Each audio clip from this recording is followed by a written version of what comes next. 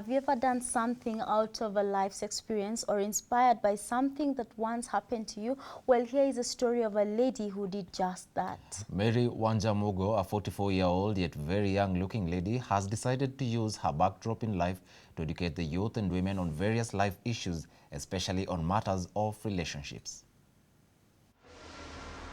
A drive along the ever-busy Mombasa Road led us to Mary's home in easy, prestigious estate. The environment was serene and beautiful. This would most likely explain Mary's nature of one ever-joyous lady. She was born and brought up in a small village in Embu in an environment, as she explains, never thought could give her the opportunity to become the person she dreamed of. Personally, I grew up in Embu, a very small village called Kanja. I grew in the farm, and sometimes I surprise people. I tell them, I'm just a village girl. So I grew up in the village in a family of 11 children. I'm the second born, and I'm a girl who grew up in a very difficult circumstances. Playing the role of a young mother to her siblings, she was exposed to tasks heavier than her age and thus making her vulnerable. However, she was determined and endured all difficulties. You know, having grown up as a child who never celebrated childhood, because by 8 years, my mother would go to the Mothers' Union, to the church to do choir, and I would be left with her 6 children then. And honestly, I identify very easily with the children now. I mean, not very young, but those that are above the level of childhood. But let me tell you that at the youth stage where I was supposed to enjoy my youth, you know, I was living more like a young mother, though I had not birthed, you see.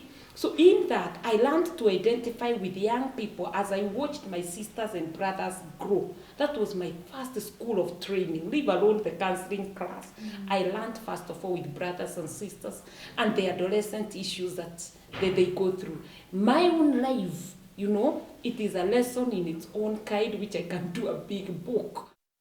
This led her into putting much more efforts in her studies and managed to go to the University of Nairobi, where she studied her first degree in education. She then proceeded to do her master's degree in counseling psychology from Kenyatta University.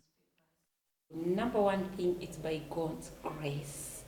And then something else I'll tell you, that there is also the joy of working very, very hard. You know, you almost deny yourself all the pleasures that every other girl is enjoying out there. And by help of God, and again, putting so much effort, you look at yourself and you ask, what is it that you need to do? And if I'm supposed to be on books, I focus on the books, you see. So that enabled me to study. Then I went to the university, Nairobi University, for my first degree. Then I did masters in KU. And you know these things, I know there is God in it, there is also your part to play. So there was prayer and there was also my part. Both courses, as she explains, have greatly contributed to her achievements today. But I would honestly tell you that my first degree was just preparation. The experience that I acquired during my teaching practice and when I taught for like 4 years, that is what counts so much, together with the 20 years that I worked for the education sector, because I didn't tell you, I worked in the Ministry of Education, I worked in the Teacher Service Commission for 20 years in the government. So I got a lot of experience in education, and so together with that foundational degree, the experience, it has helped me now feel very familiar with what I do and do it with a lot of ease.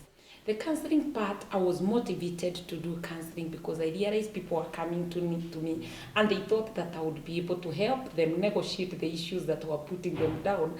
And then I realized that I don't have enough capacity. And that's how I thought, no, I need to do a course in counseling. And so I did a higher national diploma in Kenya Institute of Professional Counseling. And from then, I chose to do master's degree just to ground the profession in my life. But strange enough, the counseling helped me before it helped anyone else. Now a mother of 2 young adults, Mary has more often found herself engaging in youth issues, either in education institutions or in places of worship. She has been able to identify a major challenge that the youth are going through as being how to deal with intimate relationships. That is affecting so many youths. Sometimes they get caught up with one partner and they didn't know how to negotiate through the relationship. So some find themselves compromising their values. So you see, picking that youth so that you put it, you reassure them, and so that they can gain esteem again. That has been a common thing among the young people. And I found it very easy to listen to them and hear their issues, listen to their issues of how sometimes they get mixed up when they are told, don't behave like this because you are grown up. But when they behave like grown up, the parents are asking them, wewe unafikiria umekuwa mkubwa sana. So, I like listening to them, being a shoulder for them to lean on. Sometimes they are mixed up on career issues, marital issues. While in campus, Mary went through an experience that forever changed her life. She was involved in a relationship with a man who later became her husband and the father of her children. However, life with him has not been a bed of roses. Well, after living in 20 years with this gentleman, not once that he beat me up, but we had differences. I realized that we were on different directions of dreaming, and those differences became so intense that they started affecting me psychologically. I realized I'm retarding. It was the choice of going to Mathai because I had reached a point of forgetting even the minor of the minors, losing sleep, not laughing. I would laugh and get surprised that I've laughed because I realized I was living in a very oppressive environment. I may not give the details, but I made a choice now to move on with life because I realized I'm not changing the situation suddenly. So out of the differences, I chose just to walk out of the marriage just to see whether we can solve these differences. So at that time, he had left for Sudan, and because there was no effort towards making up. So that's how it happened, that though I'm a pastor, a born-again Christian, and a woman who is progressing, the marital dimension, I would tell you that it is not as what people in quotes would say, that the labor of a good marriage. So as of now, I live with the two children, and he lives in Sudan. It was out of this experience that Mary decided to also reach out to women who could be going through the same marital problems. It might have been embarrassing considering her marriage wasn't the best, but that did not stop her from doing what she felt was right. I would say for sure, yes, loss is loss. It's not loss out of death. It can be loss even out of a separation. The separation after being in a marriage for 20 years and parting with the same man, the two children, you can be sure that was loss. It caused me to cry, of course. It caused me to start asking, will I ever preach again? Will I ever stand out to testify about God again? But I got an assurance that for sure God doesn't change because of these circumstances. So when you ask me what I can say about it, number one, as a person who is going through such circumstance, as a woman, accept that vacuum has to be felt. It's very normal to feel the vacuum. And even the children, they feel it. You see, it's not that easy. But it's not anything I encourage any woman to do, unless you realize you have a choice of depression, death, or life. Now choose life, you see.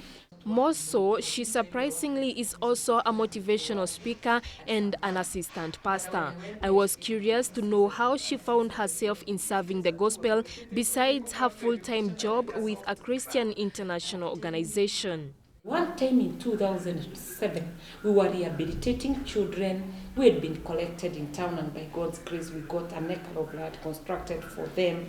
And we had almost 50 children plus who were in a place called Joska, a home called Christ Conversion Rehabilitation Center. And I would go to just offer counseling to the children. So one day I heard God in the morning very clearly say, I go and give those children an encouraging word about Moses. And I had already written the sermon, but I didn't know who it was for.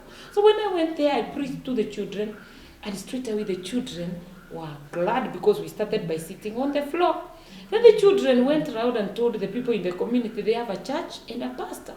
By the next Sunday, I was living near the city center in Eastlands, preparing to go to church. And then the caretaker tells me, no, ma'am, people are all over here from the community. And the church grew like this from there, which went up to almost 100 people. So I pastored that church, it grew, and now we've got the branch registered under where I fellowship currently. Yeah. Isn't Mary an all-round modern woman? Anyone would say that she has achieved a great deal in life. However, this hasn't come devoid some challenges. One of the greatest challenge is trying to help people see the value in them, but they are not seeing it. So I don't know what to open their eyes. I don't know what to use to open their eyes with. That's a great challenge. That I can see the potential in you. I'm trying to stir it up so that you can be happy, you can rejoice in life and the gift in you, but you're just there lethargic, that you feel like, no, and then I realize that is a talent being sat on. That is the greatest challenge that I have found at personal level in working now with all people, whether youth or grown up, Now, the other challenge that I have also found sometimes balancing the demands of the people to my own rest time, because every person needs leisure, you need rest. But there can be demands in the church, demands at workplace, demands even in the society, demands from your family uncle, until you have no life of your own. So that has been a challenge, but I have made a choice that I've got to look forward to get some time to rest, you see. And living a real life, Mary is this real and bringing out the real me, like the writer of a book who wrote, "Will the real me please stand up?" I'm bringing the real me, but the world is so judgmental. When I say at the moment I'm not living with a husband, somebody would say, that can't be a pastor, that can't be a good woman, that judgmental dimension at all levels, whether a youth, whether whatever, without understanding the story from the roots, it has been such a challenge, because it has made sometimes that you've got to keep quiet and just assume and not tell people exactly in black and white who you are. No matter the circumstances, Mary is not looking back, and as you would agree with me, the sky is not the limit neither. So, what motivates her so much? Number one, I love God passionately. As a best friend, that's a great motivation to keep me living every day, checking on His promises, believing them and confessing them. That's my number one motivation. Number two, I realize that I've got a purpose why I live on earth. So the day I discovered my purpose, I worked towards accomplishing it. That is a motivation as well. Because of the vision of what I want to accomplish, I cannot die today, Then I have a motivation of reaching out to people. When I see your life changed, and what you are yesterday, today you are smiling, tomorrow you're moving to a better height, I feel like I'm in the top of the world when I see someone's life moving on and it would have been wasted. I think that is my motivation on the face of the earth. Yeah. Life is surely very diverse. We all have individual ups and downs, but our failure or success depends on the choices we make or fail to make, as Mary advises. So the tomorrow is so bright that someone cannot give up because of today's darkness. You see, that is the encouraging word. And so when God picks you from where you are and lifts you up, one key thing, never be proud. Remain humble. The Lord will keep lifting you up from one level to another. Josephine Wawera, GBS.